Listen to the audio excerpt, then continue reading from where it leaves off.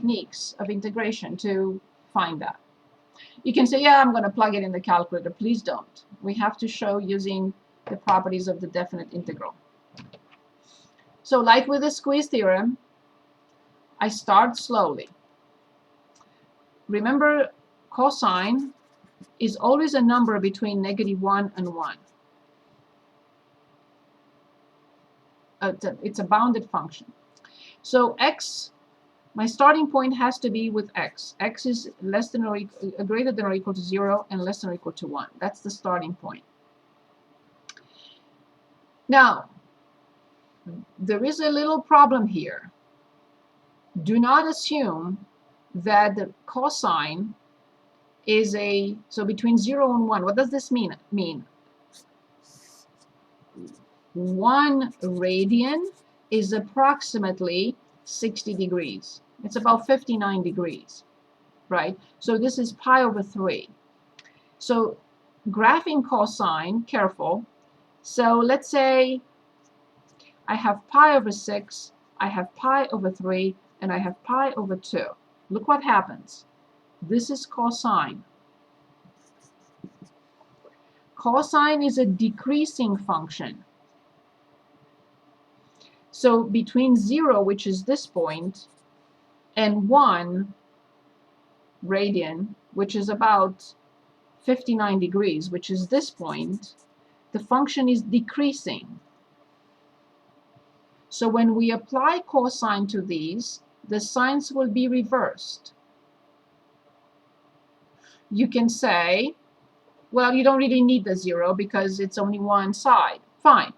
I'm going to drop that, but I just wanted to make sure you understand between 0 and roughly 1 radian, which is approximately 59 degrees, the function is decreasing. So when I apply cosine to an increasing x, the signs will flip, because cosine 0 will be greater than or equal to cosine x, which will be greater than or equal to cosine 1 radian,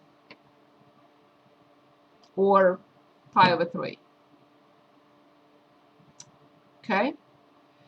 So what I need now is just this piece, cosine 0 being 1. So I have cosine x is less than or equal to 1. So now I apply, oh, I'm sorry, I have to, I forgot about x squared. I have to do something about x squared first. So now, because x squared is positive between 0 and 1, I'm multiplying both sides by, if you say, why are you talking about this? It's because I may have 3 sides. I mean, the middle and 2 sides, and then this is very important. Sine is a nicer function because it's increasing. Sine is increasing between 0 and pi over 2. So be careful with those functions. Okay, so number 14. So I have x squared cosine x less than or equal to x squared. That's all I needed. I will integrate. We know one other property, that if a function is less than another function, the area under this function will be smaller than the area under this function. That's another property. The left-hand side will be the integral from 0 to 1 from x squared cosine x dx. But this will be x cubed over 3 from 0 to 1, which is 1/3. That's all I needed to do. I was only asked to show that this is a number less than or equal to 3. This is a number less than or equal to 1/3. And that's all you needed to do for the properties of the definite integrals.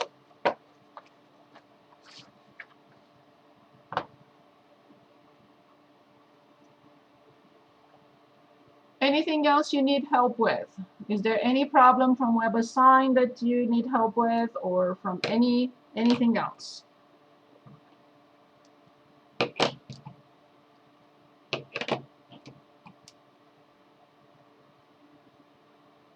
Ma'am, could you please Yes. go over this question? Yes, I'm ready. Yes. Which one? This one we just did. Oh, you want I me didn't to, understand. you want me to Can you explain? go over it again? Yeah. Yes. So my little explanation here is really not super important for this particular problem. The point I was making is that cosine is a decreasing function. So when you apply to this a decreasing function, the inequality symbols have to flip, because cosine 0 now is bigger than cosine in the middle and then cosine 1. Cosine 1 radian is 1/2 cosine pi over 3. So, however, I only needed this piece. I really did not need the third one. So I may be asked to put to have something else right here, a third one, and then I have to be very mindful of all three pieces. That's why I was saying, be always careful if the function is decreasing or increasing, the function in question. So knowing that cosine x is less than or equal to 1, which we know that from here, I multiplied both sides by x squared because I need this function to be on the left hand side or right hand side, it doesn't matter, and whatever I have on the right. So when I know that the function is less than another function, the area under this must be smaller than the area under this. I only copied this part. I calculated this as x cubed over 3 from 0 to 1. I plugged in 1, I got 1/3. And that's all we were asked, to show that this part is less than or equal to 1/3. Is that better? Yes, ma'am. Thank you. Thank you. Okay, we have a couple of minutes left, so let me know what you would like me to do next. Do you have anything else? I don't have anything else to say, unless you need help with anything. If you need help with anything, we will work on the problem that we need help with.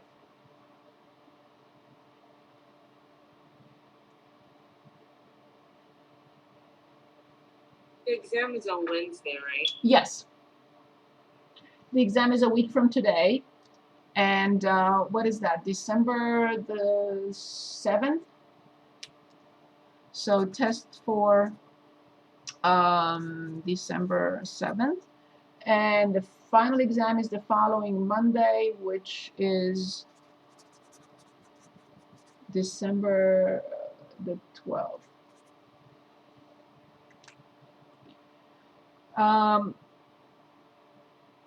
So next Monday we're going to review for the final. We're not going to review for test 4 anymore, unless you have questions, of course. So I'm going to just review test 1, test 2, and test 3 next Monday to refresh your memory. And bring questions from your previous tests or anything you want to work on Monday. I also posted this in the course. Oops, my computer is dying. Hold on.